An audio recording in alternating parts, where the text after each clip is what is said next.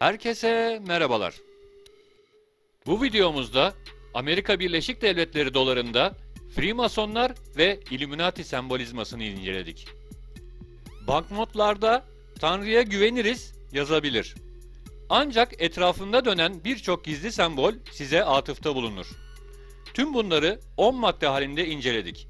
İşte semboller ve anlamları. 1 numarayla başlayalım. Novus Ordo Seclorum. Çağların yeni düzeni anlamına gelen Latince bir cümle. Yani kelimenin tam anlamıyla açıklaması yeni dünya düzenidir. Bunu daha önceki videolarda anlatmıştık. 2 numara Annuit Soeptis. Taahhütlerimizi tercih etti anlamına gelen Latince bir cümle. Yani önerdiklerimizin kabul olduğu anlamında.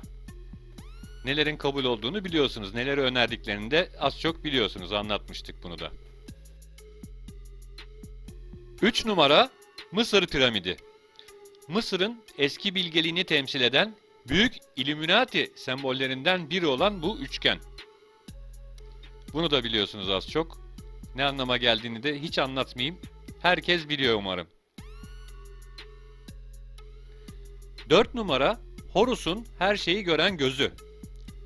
Horus'a antik dünyada bir koruma tanrısı olarak ibadet edilmişti ve genellikle avını yakalamak için hamle yapan bir şahin olarak tasvir ediliyordu. Horus, Mısır mitolojisinde büyücülük yoluyla tasarlanan Isis ve Osiris'in çocuğuydu. Amerika'nın sembolü bu sallanan kel kartalında Horus şahininden esinlenilmiştir arkadaşlar. Her şeyi gören göz Horus'un sol gözünden alınır. Horus, Osiris ve Isis'in oğlu olarak bilinen bir pagan tanrısıdır. Yığma ve Mormonizm köklerinde çok pagan ve Mısır mitolojisi vardır. Peki neden doların üzerinde bu? Neden? 5 numara Piramidin 13 seviyesi. Piramidin 13 basamağı veya kapak taşına kadar yükselen seviyeleri var. İncil'de 13 isyan sayısıdır. Kime ve neye isyan ettiklerini tahmin edebilirsiniz. 6 numarada ne var? Evet, Roman rakamları var. MDCC LXXI. Bu Roman rakamları 1 Mayıs 1776'da Illuminati'nin bir kuruluş olarak kurulmasına atıfta bulunuyor. Bu maalesef herkesin zannettiği gibi 4 Temmuz 1776 Bağımsızlık Günü'ne ait bir atıf değil. Yani Bağımsızlık Günü'nü işaret etmiyor bu. 7 numara 13 yıldız. Yine isyan için. İncil numarası 13. Banknotun üzerinde büyük mühür temelini oluşturuyor. Kartalın tam üzerinde ve isyana teşvik.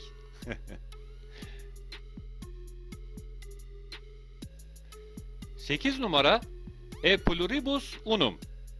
Birinden bir anlamına gelen başka bir Latince ifade. Yani kısacası içlerinden bir tanesi gibi anlaşılabilir. Bu ifadenin de tam olarak 13 harf içerdiğini göreceksiniz. İnanılmaz tesadüf değil mi?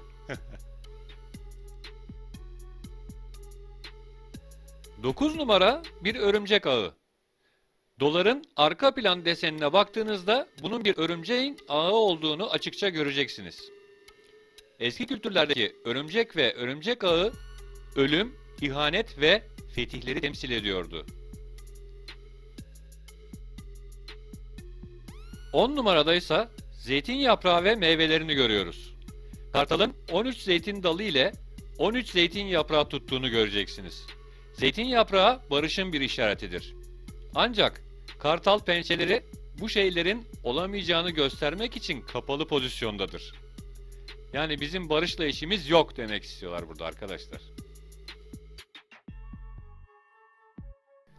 Tüm bunların ışığında kendinize şunu sorun.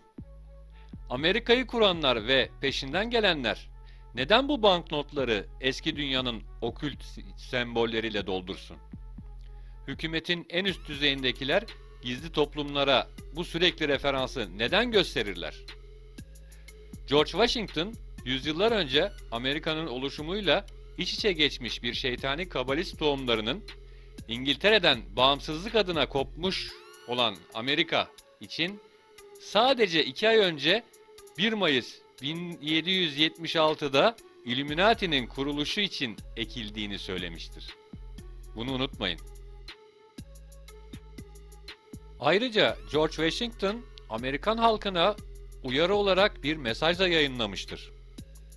Mesaj aynen şöyledir: Illuminati doktrinleri ve Jacobenlik ilkelerinin Amerika Birleşik Devletleri'nde yayılacağına dair şüphe etmiyorum. Aksine kimse bu gerçeği benden daha iyi bilemez. İletmek istediğim fikir, bu ülkede özgür masonların localarının toplumumuz ilkinin şeytani ilkelerini ya da ikincisinin zararlı ilkelerini yaymaya devam edecektir. Bireyler bunu yapabilir. Ya da Amerika Birleşik Devletleri'ndeki demokratik toplumların kurucusu ya da kurucusunun kurmuş olabileceği bu nesnelere sahip olabilirler. Ve aslında bu durum sorgulanamayacak kadar açıktır demiştir. Sizlere kısaca Amerikan dolarının üzerindeki bu sırları açıklamaya çalıştık. Gördüğünüz gibi Amerika'da kuruluşundan itibaren, hatta öncesinden itibaren yapılanlar dolara yansımış durumda. Bu dolarda ne sırlar varmış ne sırlar varmış arkadaşlar, gördüğünüz gibi. Ta ilk başkanlarından tutun da günümüzdeki başkanlarına kadar bunların temsilcileri hep üst akıla hizmet ediyor arkadaşlar. Bilmeyenler varsa bu videoda gördüler. Daha sonraki videolarımızda bunlarla ilgili, üst akılla ilgili daha ince detaylara da gireceğiz. Şimdilik videoyu izlediğiniz için hepinize teşekkür ederim.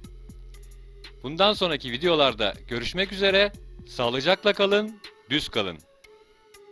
Sürçülisan ettiysek affola. Saygılar.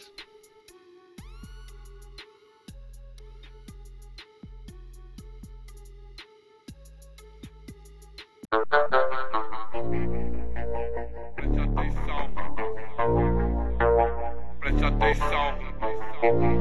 Samadzon. Preste atenção. Preste atenção. Que os polícia vem aí. Preste atenção. Senão um barraco vai cair. Preste atenção. Ou então daqui PT dali. Preste atenção. Cerrado é fogo no verdinho. Preste atenção. Que os polícia vem aí. Preste atenção. Senão um barraco vai cair. Preste atenção. Ou então daqui PT dali. Preste atenção. Cerrado é fogo no verdinho. Preste atenção.